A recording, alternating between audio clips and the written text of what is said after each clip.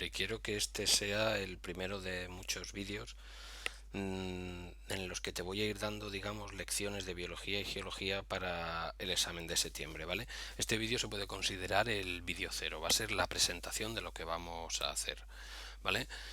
En primer lugar ya sabes que a mí me gusta empezar siempre que empezamos a estudiar algo, es el para qué lo hacemos. Bueno, básicamente lo hacemos por una razón, porque te obligan.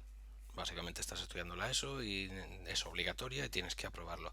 Pero ¿por qué han decidido que estudies ciencias naturales? ¿Para qué estudian las ciencias naturales? Bueno, pues dentro del programa de la ESO, de lo que ellos consideran los conocimientos mínimos, ellos entienden que tú has de tener 4 bloques de conocimiento en los que te manejes con una cierta soltura como ciudadano y que además te permitan, caso de querer seguir estudiando estudios superiores, poder ampliar tus conocimientos. Estos 4 bloques son el bloque de las matemáticas, el pensamiento lógico y numérico, que por ahora no va mal y que lo estás viendo, estás empezando con un poquito de álgebra, con las funciones, supongo que el año que viene empezarás con el cálculo, con las derivadas y las integrales, la lengua y la literatura, que bueno, más o menos también lo llevas. Básicamente consiste, lo que pone ahí, leer y escribir. Lo que pasa es que evidentemente de una enseñanza primaria en la que básicamente con leer y escribir medianamente bien lo tienes, en la secundaria ya lo que interesa es que conozcas la historia de la literatura de tu país, de tu idioma, y las características específicas, los diferentes textos, y sobre todo asegurarse de que eres capaz de leer de forma comprensiva incluso textos complejos, científicos, jurídicos, es decir, los que te vas a encontrar en tu vida de adulto.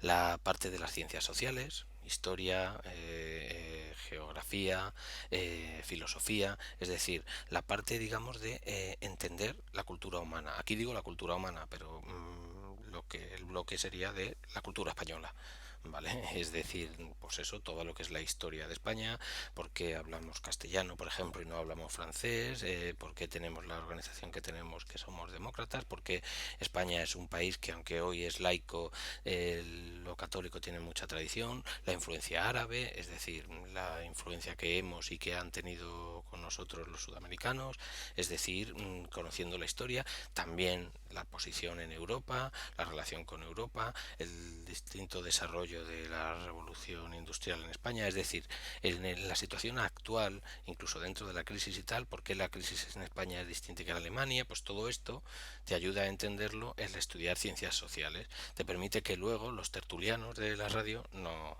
te coman la cabeza. Y el último bloque, que es el que me interesa o nos interesa en concreto, es el de las ciencias naturales, ¿vale? Que es lo mismo que las ciencias sociales, pero más allá de la cultura, es el entender el mundo natural.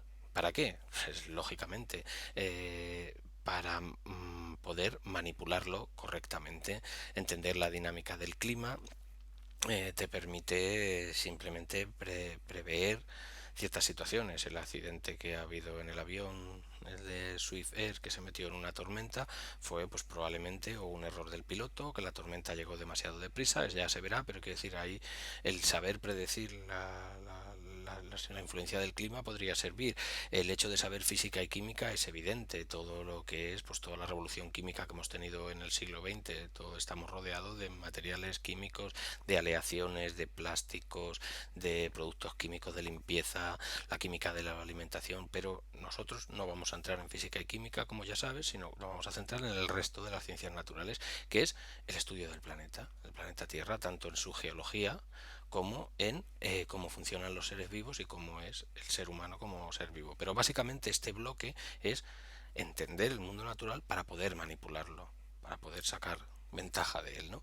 Entonces, ¿cuál va a ser el programa en el que nos vamos a basar en este mes escaso que tenemos para preparar el examen? Pues el programa se basa en 3 pies. La geología, que vamos a estudiar básicamente, nosotros vamos a estudiar la estructura y la dinámica de la Tierra, no vamos a estudiar su historia, pero sí quiero que sepas que la geología incluye el estudio de la historia de la Tierra. Vamos a estudiar biología, que básicamente es el estudio de los seres vivos, ahora te diré un poco más en concreto en qué nos vamos a centrar, porque esto es muy amplio, pero que lo sepas.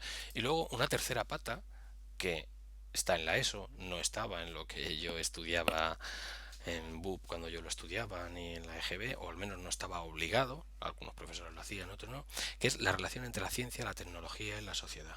Ciencia es lo que estamos estudiando, tecnología es la aplicación de esa ciencia a conseguir fines concretos. Con tecnología fabricamos coches, fabricamos metales, construimos edificios.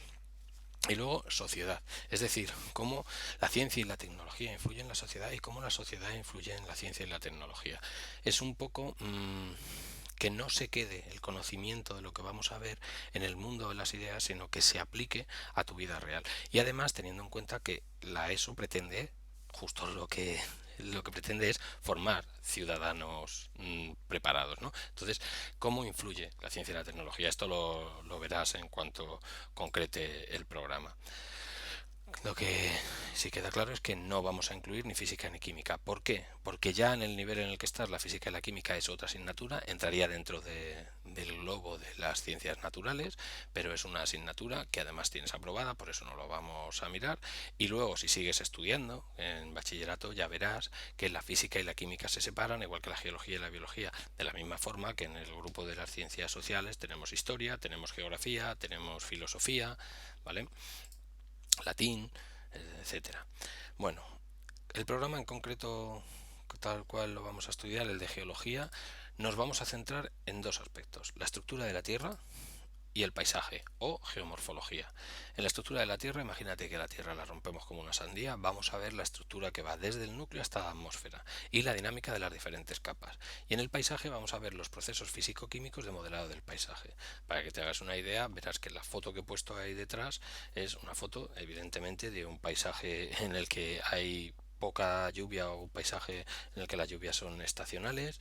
Y bueno, verás que este paisaje, este es el Castil de Tierra en las Bardenas Reales, en Navarra. Verás que este paisaje es muy diferente, por ejemplo, al de Pirineos y está a 200 kilómetros. Bueno, pues veremos cómo se da, cómo se forman los diferentes paisajes. Estudiaremos básicamente los de España, pero sobre todo, o sea, nos centraremos en todos, veremos todos.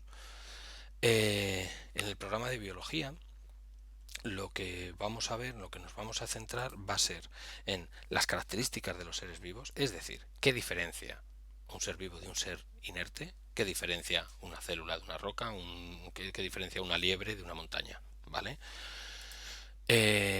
Vamos a presentar la teoría celular. La foto de detrás te he puesto la estructura de una célula, una representación de la estructura de una célula, pero solo va a ser la presentación, un poquito de cómo se llega a ella y cómo la importancia que tiene.